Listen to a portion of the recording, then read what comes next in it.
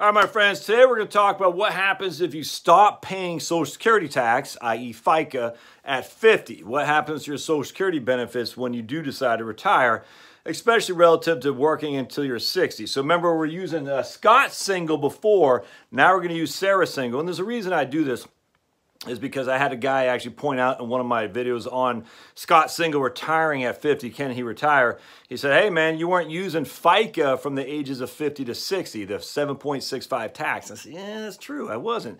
So I actually deleted that video because it wasn't the best, because the guy pointed out a mistake I made. You'll see if that's a huge mistake, but it's a big enough of a mistake that I wanted to fix that. So we're going to show you the difference between the two, and then I'm going to go back and do that video again using FICA in there, which I did not do. But it's pretty good, actually. That's why I appreciate comments, man, because I do see comments. I mean, sometimes you're doing this right here kind of on the fly. And if you miss something, you need to be pointed out for sure. Now, when I'm using the software, which I was using for Scott Single on the Right Capital software I use, that had all the FICA, that had everything in there. It's adjusted for inflation, it's indexed the whole thing. So that is the better one, simply because it does take all that in consideration. Adjustment for inflation, inflating the tax brackets, inflating Social Security, inflating your income, and inflating your expenses. So my preference is the software upstairs. But to get the initial point across, this works great, absolutely. And I'm going to show you, though, why, even though I wasn't calculating FICA, it's not that big of a deal. I think you'll be surprised. So if you like what you see here, subscribe, my friends, and always comments, because it does help me a lot to fix mistakes I make. And hey, look, I'm human. I can make a mistake. All right, so let's go into this. So what we got here is Sarah Single. She calls me up. She goes, Josh, I just saw your Scott Single stuff. That was awesome. I want to retire at 50 from my crappy old job, but I want to know what my Social Security is going to be. Can you help me? Can you help me? Can you help me? I said, absolutely. So let's run the numbers. So the first thing I say to Sarah, I said, did you look at your Social Security statement? She goes, yes. I said, what is your average indexed yearly earnings? What is your average index yearly earnings? And what we do is we take every single year that you have a record, earnings record from Social Security, and we put it in the Social Security calculator, the software that they have, because they have the indexing of the inflation rate. So I was talking to a guy this morning in 1983 or something like that. He was making $23,000 a year when he got his first job out of college. That's not what we use to calculate your Social Security benefit. We index that or inflate that. I think it's 3.86 is the inflator that Social Security is using. So 23 times 3.86 or whatever it is equals X. And that's what we're looking at in terms of your overall Social Security benefit, not the 23, but the inflated amount. So in this case, I said calculate all your indexed earnings, all right? And what does it give us? And it gave us a 55,000 a year. So her average index yearly earnings is 55,000 a year. And that's, again, index / inflated with the inflator that Social Security uses. That makes sense? Now, she's only started working when she's 25, all right? So she's got out of graduate school or whatever. Maybe she's in the Army, got out of college, whatever. From 25 to 50, she was working. So she has 25 years of $55,000 as average index yearly earnings. So we times these two together. And I know this in my head. No, I just did this video before this, but I deleted it because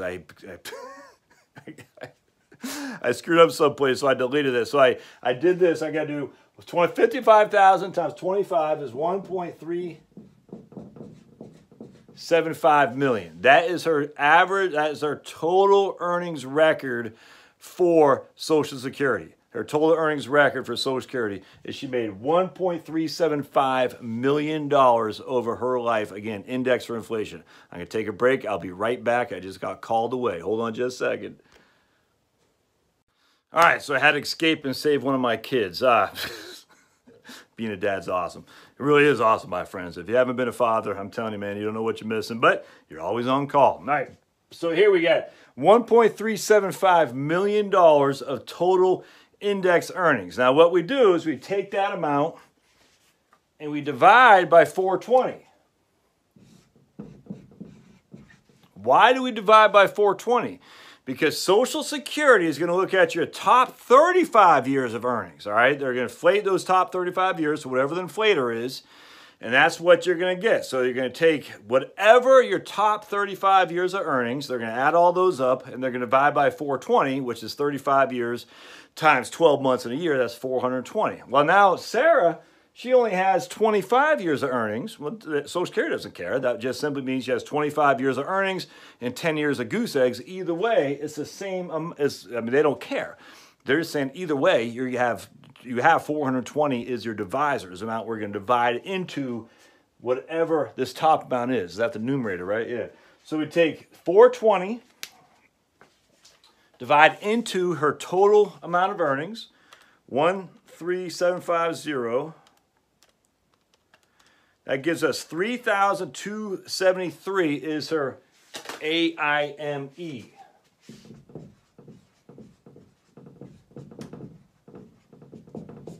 3,273 is our AIME. Now we go over this chart and we say we remember the first 895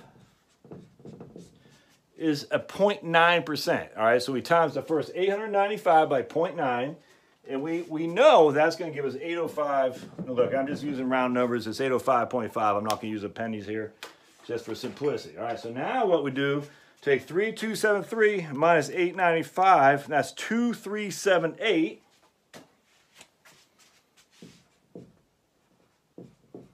All right, so we take 2,378 and we times that by 0.32. All right, and that gives us 7,612. All right, so we got 761 and 805 is her primary insurance amount, which equals 1,566. All right, so let me get out of the way. Again, let me explain this without my being here so much. We take her average index yearly earnings. In this case, it's $55,000 a year. We times that by how many years she actually worked. In this case, it's 25. That gives us a total amount of $1.375 million. We divide that by 420 because Social Security takes your top 35 years, times that by 12, and that's your divisor or divisor, whatever it is. And 1375 divided by 420 gives us an average index monthly earnings of $3,273. But we have to figure out our PIA, which is our primary insurance amount. The PIA tells us how much money we're going to get for Social Security when we reach our, anybody? Your full retirement age. Exactly, your FRA, which in this case is 67 for Sarah.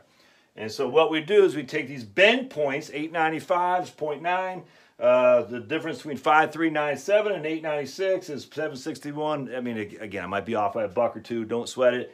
Anything above 5397 is times at 0.15. So in this case with Sarah, she'll get 1566 at her full retirement age of 67. So 1566, all right? So let's wipe all this off. So remember, 1566. I'm just going to write that down over here. Now, everything's the same, but Sarah says, what happens if I work an extra 10 years? Everything's going to stay the same. Your AIYE.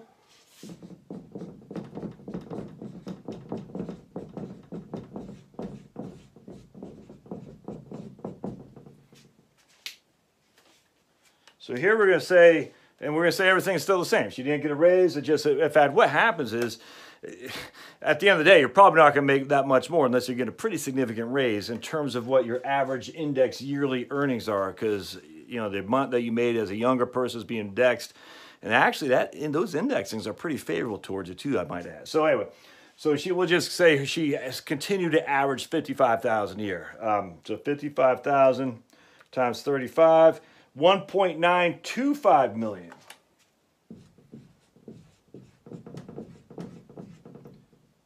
All right, so now what do we do with 1.25? Divide by 420, which gives us an AIME of 4583.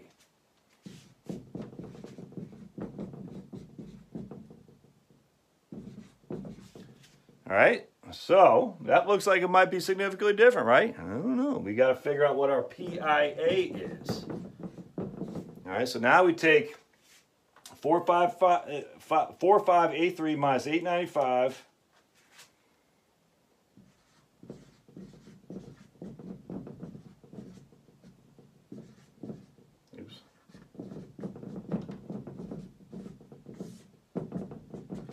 So we got 3688 times 0.32, 1180,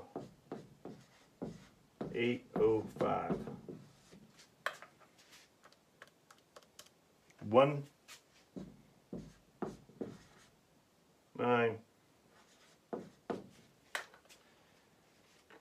So my friends, that is her PIA, 1985.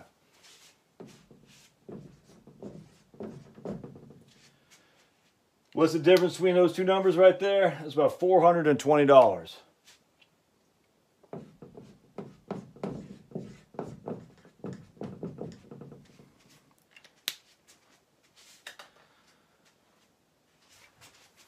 Working until she stays 60 and paying those full FICA taxes at 7.65 a year is going to add $420 a month in her Social Security benefits when she hits her full retirement age at 67. Now, we can always calculate it. What would it be if she takes it late? We take 1985, we times that by 1.24, 2461. She takes it with her delayed earnings credits. And we say, okay, what would it be if she took it here late, which 1566 times 1.24, 1941.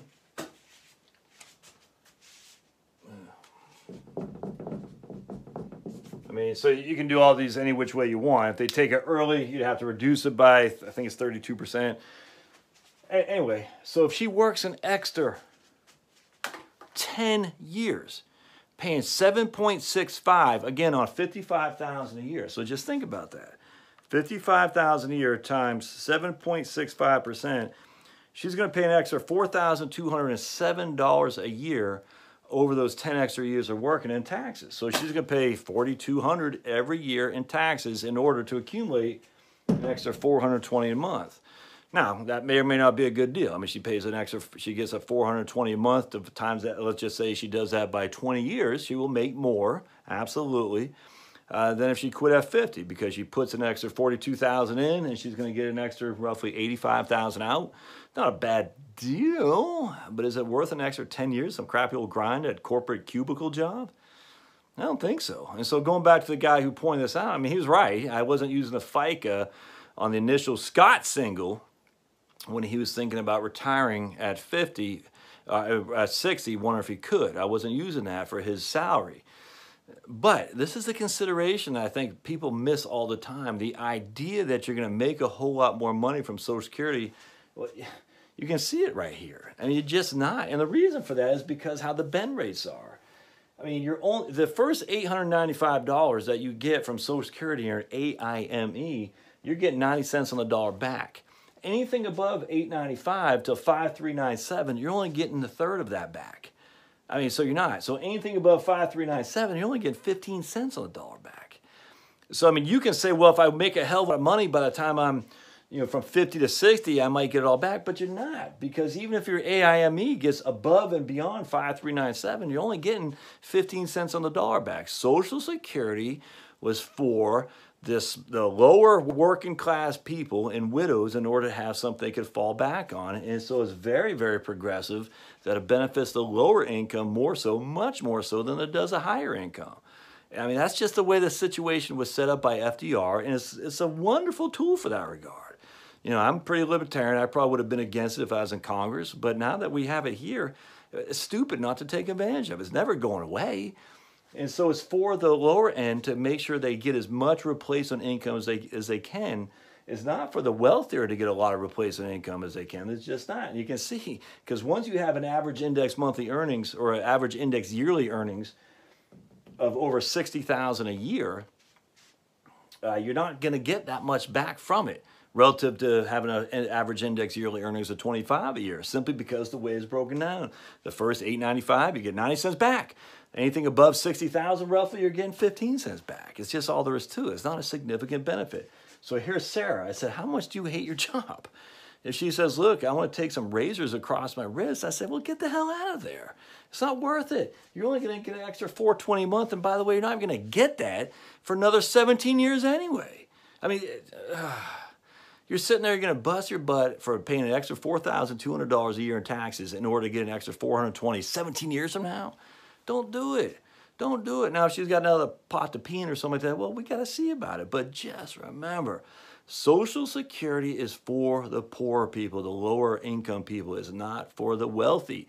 And so if you're making $55,000 a year or more, you can work an extra 10 years in a miserable job, or you can just say, I'm out of here. I'm going to take a little bit of a hit in Social Security, but I'm going to go build a different kind of income while I can. I'm young, I'm sprite, and it's still in the phase of my life where I'm enjoying myself, as opposed to slaving away, corporate America, thinking, all right, at least Social Security will be there for me. Yeah, it will. $420 an extra month. That's it. Not enough to stay at that crappy old job. Now, I hope this helps. Like I said, I always like comments because they help me immensely in terms of devising strategies for you guys. So put comments down below. Any questions, thoughts, concerns, let me know. I'll redo, actually I probably won't because I did the Scott Single thing on the computer anyway, and that was fine. So I probably won't redo him and with a blackboard here or whiteboard behind me. But look at the ones for, it says, Scott Single is 50. Can he retire at 60? That's the computer models I use with Right Capital software. I'll put a link here in just a second. So if you like that, go ahead and log on in and check it out. We'll see you next time. Thanks, guys.